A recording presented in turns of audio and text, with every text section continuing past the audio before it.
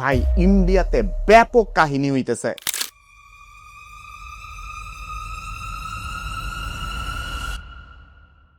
20 জুলাই 2026 ভারতের রাজধানী দিল্লির একটা এলাকা আছে নাম যন্তর মন্তর। হাজার হাজার শিক্ষার্থী সেখানে জড়ো হয়েছিল অদ্ভুত এক পার্টির ডাকে, নাম ককরোচ জনতা পার্টি বা সিজেপি।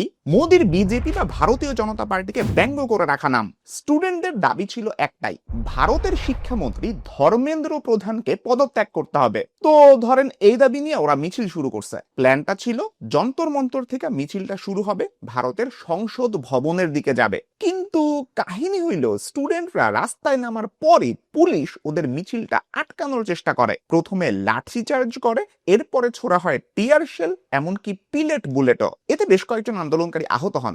মহিলা আন্দোলনকারীদের পুলিশ পিটাইতেছে, এই ভিডিও ভাইরাল হয়ে পড়ে। এরপরে যা হওয়ার তাই হয়েছে। 21শে জুলাই থেকে আন্দোলনটা আর শুধুমাত্র দিল্লির মধ্যে সীমাবদ্ধ থাকে নাই।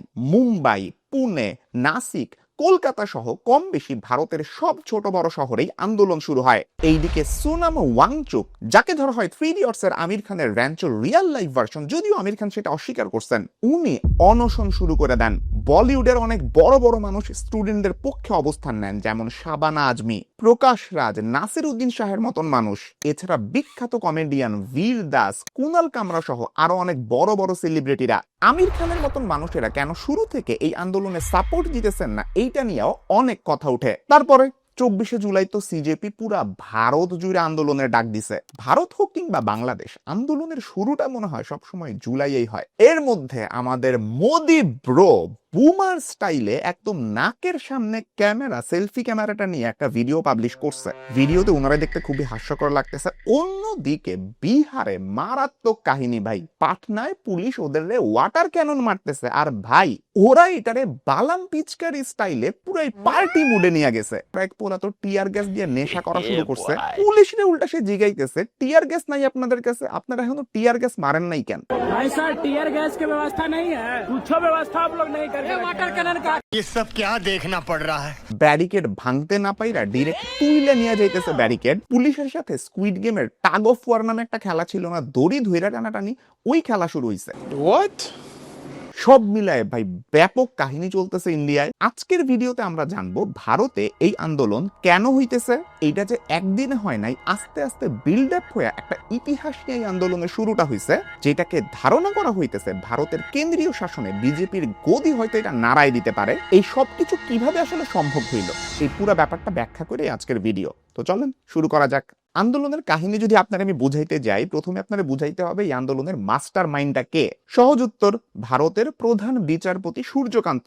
গত 15ই মে একটা মামলার শুনানিতে উনি বলেন, there are youngsters like cockroaches, they don't get any employment and they don't have any place in a profession. ভাই আপনি আপনার দেশের যুবকদের চাকরির ব্যবস্থা করতে পারতেছেন না, উল্টা বেকার যারা আছে ওদের ককরোচ বা তেলাপোকার সাথে তুলনা দিতেছেন।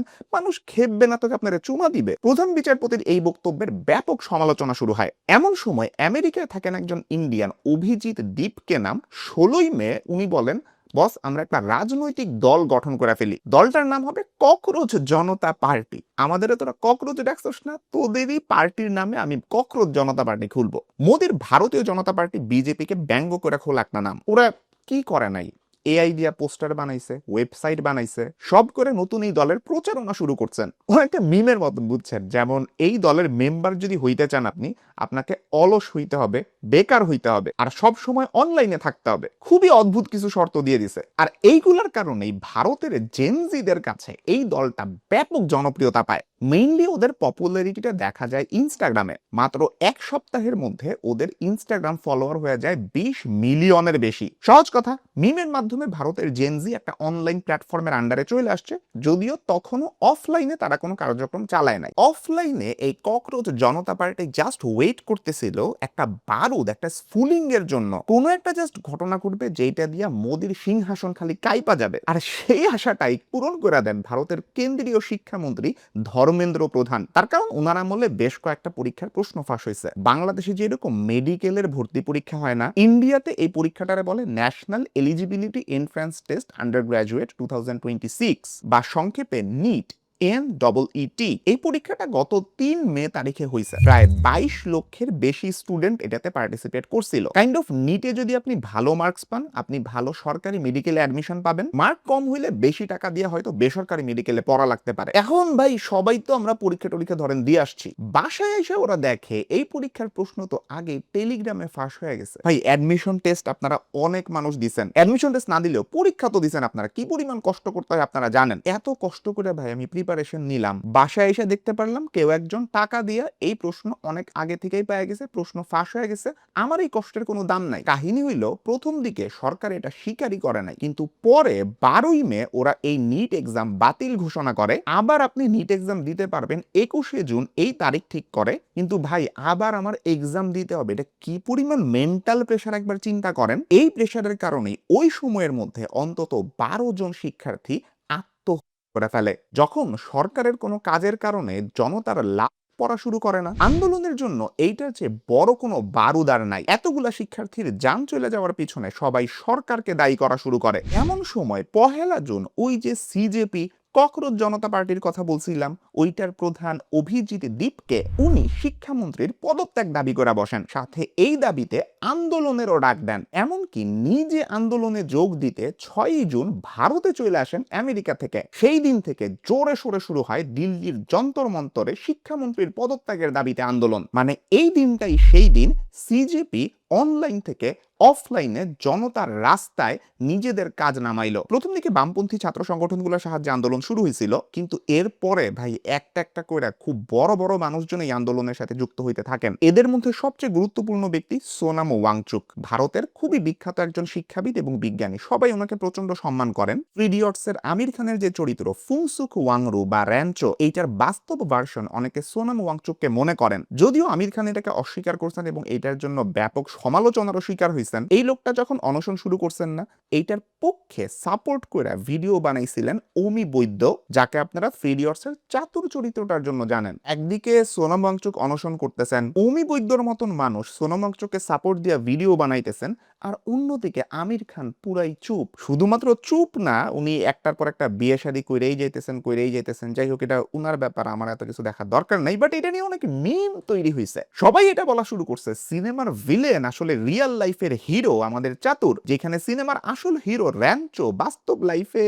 চুপ। এই সোনাম ওয়াংচুক 28 জুন 2026 ককরোচ জনতা পার্টির সাথে আন্দোলনে যোগ দেন। আন্দোলনের প্রতি সংহতি জানায় উনি সেই দিন থেকেই অনশন শুরু করেন। তবে 18ই জুলাই একটা কাহিনী হয়েছে। তার অনশনের 20তম দিন দিল্লি পুলিশ সাদা পোশাকে আইসা যন্তর মন্তরের যেই জায়গায় উনি অনশন করতেছিলেন সেইখান থেকে তাকে তুইলে নিয়ে যায়। পুলিশ বলতেছে ওনার শারীরিক অবস্থা আস্তে আস্তে খারাপ হইতেছিল, এই জন্য উনাকে তুইলা নেওয়া হয়েছে। বাস্তবে ভিতরে কি চলতেছে এটা আমি আপনি দুইজনই জানি। উনাকে দিল্লির সফদরজং হাসপাতালে ভর্তি করা হয়। আর এই পরিস্থিতিতেই সোনাম ওয়াংচুককে সমর্থন জানাইতে সামনে চলে আসেন বলিউডের বিভিন্ন মানুষ, যেমন প্রকাশ রাজ, নাসির উদ্দিন শাহ, শাবানা আজমি, জিনাত আমান, রত্না পাঠক শাহ, সরা ভাস্করের মতন মানুষ। এছাড়া কমেডিয়ান বীর দাস, কুনাল কামরা, লেখিকা অরুন্ধতী রায়। অন্যদিকে রাজনীতিবিদদের মধ্যে শরদ পাওয়ার, অরবিন্দ কেজরিওয়াল, শশী থারুর, মহুয়া মৈত্র, ইকরা হোসেন, এইরকম আরো সিনিয়র নেতা নেত্রীরা। 18ই জুলাই যখন এই সোনাম ওয়াংচুককে অনশন থেকে তুইলা নিয়ে যাওয়া হয়, ককরোচ জনতা পার্টির ফাউন্ডার অভিজিৎ দীপকে বলছেন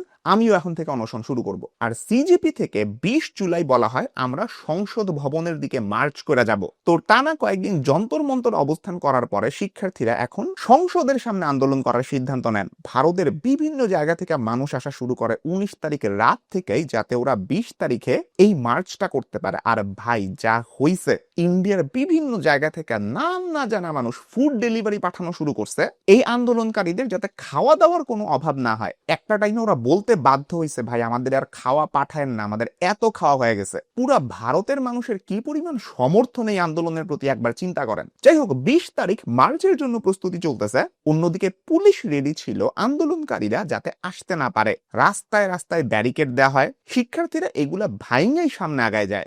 ধারণা করা হয় সেই দিন যন্তর মন্তরে প্রায় 50,000-এর মতন মানুষের অবস্থান হয়েছিল। সকাল 10টার মধ্যে আন্দোলনকারীরা সবগুলা ব্যারিকেড ভাইঙ্গা সংসদ ভবনের উদ্দেশ্যে যাওয়া শুরু করে। সকাল 12টার সময় সরকারের পক্ষ থেকে স্বাস্থ্যমন্ত্রী জেপি নাড্ডাকে দায়িত্ব দেওয়া হয়, ভাই আপনি একটু সিজেপির সাথে আলোচনা করে আসেন। ককরোচ জনতা পার্টির প্রতিনিধিরা উনাকে 3 দফা দাবি জানান। 1, সোনাম ওয়াংচুককে রিলিজ করে দিতে হবে। 2, শিক্ষামন্ত্রী ধর্মেন্দ্র প্রধানের পদত্যাগ। 3, নিট প্রশ্নপত্র ফাঁস হওয়ার কারণে যেই সব শিক্ষার্থী নিজের জীবন নিজে শেষ করে ফেলছে তাদের পরিবারকে 1 কোটি টাকা ক্ষতিপূরণ দেওয়া। কিন্তু আলোচনার নাম করে শেখ হাসিনার স্টাইলে অন্যদিকে আন্দোলনকারীদের উপরে হামলা শুরু করে পুলিশ। টিয়ার গ্যাস, লাঠিচার্জ, ছত্রভঙ্গ করা হয় শিক্ষার্থীদের। যন্তর মন্তরে সিজেপির একটা স্টেজ ছিল, ওইটাও ভাঙা ফেলা হয়। এমন সময় আপনার প্রশ্ন হইতে পারে, ভারতের একটা মূল বিরোধী দল আছে না, ভারতীয় জাতীয় কংগ্রেস, রাহুল গান্ধীর দল, ওরা এই সময় কি করতেছে? ওরা প্রথম দিকে এই আন্দোলন থেকে কিছুটা দূরত্ব রাখা চলছে, কিন্তু 20 জুলাই থেকে ওরা ডাইরেক্ট ছাত্রদের উপরে হওয়া এই হামলার প্রতিবাদ জানায়। ভারতের বিরোধী দলীয় নেতা, কংগ্রেস নেতা রাহুল গান্ধী তার দলের সব সংসদ সদস্যদেরকে নিয়ে প্রধানমন্ত্রী নরেন্দ্র মোদীর বাসভবনের সামনে আন্দোলন শুরু করেন। এরপরে ভারতের 3 নম্বর বৃহত্তম দল বলা হয় সমাজবাদী পার্টি, ওইটার নেতা উত্তরপ্রদেশের সাবেক মুখ্যমন্ত্রী অখিলেশ যাদব, উনিও সমাজবাদী পার্টির যত সংসদ সদস্য আছে উনাদেরকে নিয়ে নরেন্দ্র মোদীর বাসভবনের সামনে মার্চ করেন। প্রধানমন্ত্রীর বাসভবনের সামনে থেকেই রাহুল গান্ধী, প্রিয়াঙ্কা গান্ধীকে পুলিশ তুইলে নিয়ে যায়। এইটার অনেক ভাইরাল ছবি আপনারা দেখছেন। অন্যদিকে পুলিশ অখিলেশ যাদবকে রাস্তা থেকে তুইলে নিয়ে যায়। এত পুরাতন ডেমোক্রেসির একটা দেশ ভারত, কি অবস্থা দেখেন। এই অবস্থায় এসে উপনীত হয়েছে, বিরোধী দলের মুখ চিপা ধরে রাখছে একদম। 20 জুলাই এত বড় ক্র্যাকডাউনের পরেও আন্দোলন কিন্তু থাইমা থাকে নাই। আবার আন্দোলনকারীরা যন্তর মন্তরে জড়ো হয়, ভারতের অন্যান্য শহরে আন্দোলন ছড়ায় পড়ে, এমনকি ভারতের বাইরে থাকা মানুষরাও সাপোর্ট দেওয়া শুরু করে। 21, 22, 23 জুলাই টানা 3 দিন ভারতের বিভিন্ন জায়গায় শিক্ষার্থীদের পক্ষে এই আন্দোলন হইতে থাকে এবং মানুষ বাড়তেও থাকে। 24 জুলাই সিজেপি সারা দেশব্যাপী আন্দোলন ঘোষণা করে, তবে আন্দোলন আরো বড় হয়ে সহিংস আকার ধারণ করতে পারে, প্লাস তার কিছু কন্ডিশন সহ। 23 তারিখ রাতে সোনাম ওয়াংচুক তার টানা 26 দিনের অনশন ভঙ্গ করেন। সেই রাতে প্রধানমন্ত্রী নরেন্দ্র মোদী এক্সে পোস্ট দিয়া তার সুস্বাস্থ্য কামনা করেন। এমনকি এতদিন চুপ থাকার পরেও 23 তারিখ একটা ভিডিও বার্তাতে রিল ফরম্যাটে নাকের সামনে সেলফি ক্যামেরা নিয়ে নরেন্দ্র মোদী ভারতের প্রধানমন্ত্রী জানান, প্রশ্ন ফাঁসে যারা জড়িত ছিল তাদের শাস্তি হবে, ভবিষ্যতেও যাতে এই কাহিনী আবার না হয় সেই জন্য কঠোর আইনের ব্যবস্থা করা হবে, ব্লা ব্লা ব্লা ব্লা ব্লা, যেগুলো আমরা সবাই মুখস্থ জানি। সোনাম ওয়াংচুক তার অনশন ভাঙলেও সিজেপির লিডার অভিজিৎ দীপকে বলতেছেন ককরোচ জনতা পার্টির আন্দোলন শান্তিপূর্ণভাবে যন্তর মন্তরে চলতে থাকবে যতদিন না শিক্ষামন্ত্রী ধর্মেন্দ্র প্রধান পদত্যাগ করেন। দীপকের এই কথায় বোঝা যাইতেছে এই আন্দোলন হয়তো খুব সহজে আগামী কয়েকদিনের মধ্যে বন্ধ হবে না, এটা আরো কিছুদিন চলতে পারে। কিন্তু একটা ব্যাপার কি আপনি ভাইবা দেখছেন, সিজেপি এমন একটা দল যাদের এক্সিস্টেন্সই ছিল না কয়েকদিন আগে, ওরা কেমনে অনলাইন থেকে মানুষের রাস্তায় নামায় এত ধুমায় আন্দোলন করতেছে? এর অনেকগুলো উত্তরের মধ্যে একটা উত্তর অবশ্যই হবে মিম এবং রিলস। অনলাইনে মেয়েদের একটা পপুলার জনরা আছে get ready with me, GRWM, এইটার একটা আন্দোলন version get ready with me for protest. এইটা লিখে আপনি ইনস্টাগ্রামে সার্চ দিলে অনেক ভিডিও পাওয়া যাবেন। This is my first protest ever. আন্দোলনকারীরা পুলিশের সাথে গেম সাবওয়ে সার্ফার খেলতেছে। কেউ কেউ প্রটেস্টে আসতেছে সে যাতে তার বাচ্চাদের বলতে পারে উনি তাদের জন্য আন্দোলন করছেন। অন্যদিকে বিহারের লেভেল যে পুরাই আলাদা, এটা তো আমি শুরুতেই বলছি ইন্ট্রোতে, বিহার পুরাই অন্য লেভেলের খেলা খেলছে। একটা সত্যি কথা কি জানেন, এই মিমস রিলস এইগুলার আমরা অনেক হাসি ঠাট্টার চোখে দেখি, কিন্তু এইগুলাই অনেক মানুষের জন্য অনেক বড় একটা রিজন যে তারা রাস্তায় নামতে সাহসটা পাইছে, মোটিভেশন পাইছে। যেই ছেলেটা বা মেয়েটা হয়তো চোখ বন্ধ করে ভার্সিটি যাইতো আবার বাসায় আইসা পড়তো, এদিক সেদিক কোথাও নাক গলাইতো না, এই মিমগুলা, এই রিলগুলা, এই সবার পার্টিসিপেশন, অংশগ্রহণ তাদেরকেও আন্দোলনে আসতে ভয়াবহ রকমের সাহস যোগায়। বাংলাদেশে আমরা যেরকমটা দেখছিলাম তারই এক্সটেন্ডেড ভার্সন আমরা ইন্ডিয়াতে দেখতেছি। উফ গার্মি মিম টেমপ্লেট দিয়া মোদির চেহারার মেকআপ করা হইতেছে। গোলমালের ভাসুলির কথা আপনাদের মনে আছে, শিক্ষামন্ত্রী রেজিগনেশন চাইতেছে, এইটা বইলা আবে জলদি রেজিগনেশন দে, কাল পানভেল নিকাল না হয়। প্রচন্ড ভাইরাল হয়েছে এই প্রটেস্ট সাইন। সব মিলে সবাই বেশ অ্যাপ্রিসিয়েট করতেছে। অনেকের কাছে এইটা একটা প্রশ্ন থাকতে পারে, ভাই এই আন্দোলনটা আলাদা কেন? আগেও তো এরকম আন্দোলন হয়েছে ইন্ডিয়াতে। কিন্তু দেখেন 2014 সালে নরেন্দ্র মোদী ক্ষমতায় আসার পরে ভারতে অনেক বড় আন্দোলন কিন্তু খুব কম হয়েছে। আপনাদের একটা একটা করে এক্সাম্পল দেই। 2019-20 সাল